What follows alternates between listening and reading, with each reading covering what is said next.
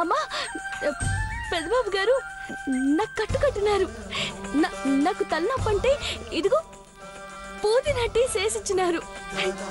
అందుకే అమ్మ చెప్పిందమ్మా, నీ గుండెల్లో ఉన్న దేవుడు పెద్దబాబు గారని. నేను చచ్చేంత వరకు పూజ చేయమంది. పెద్దబాబు గారు, నేను చచ్చేంత వరకు మీ పాదాలకి పూజ చేస్తూనే చచ్చిపోతా. అంతే అంతే.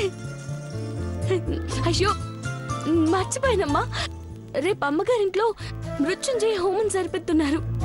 అన్ని ఏర్పాట్లు నేనే చేయాలి. దగ్గరుండి జరిపిస్తానమ్మా.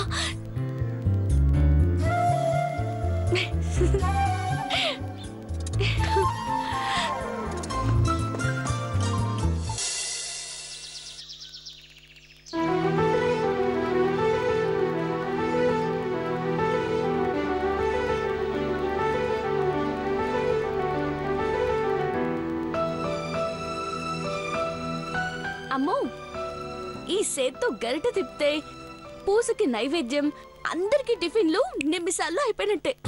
ఆశీర్వదించు మరి.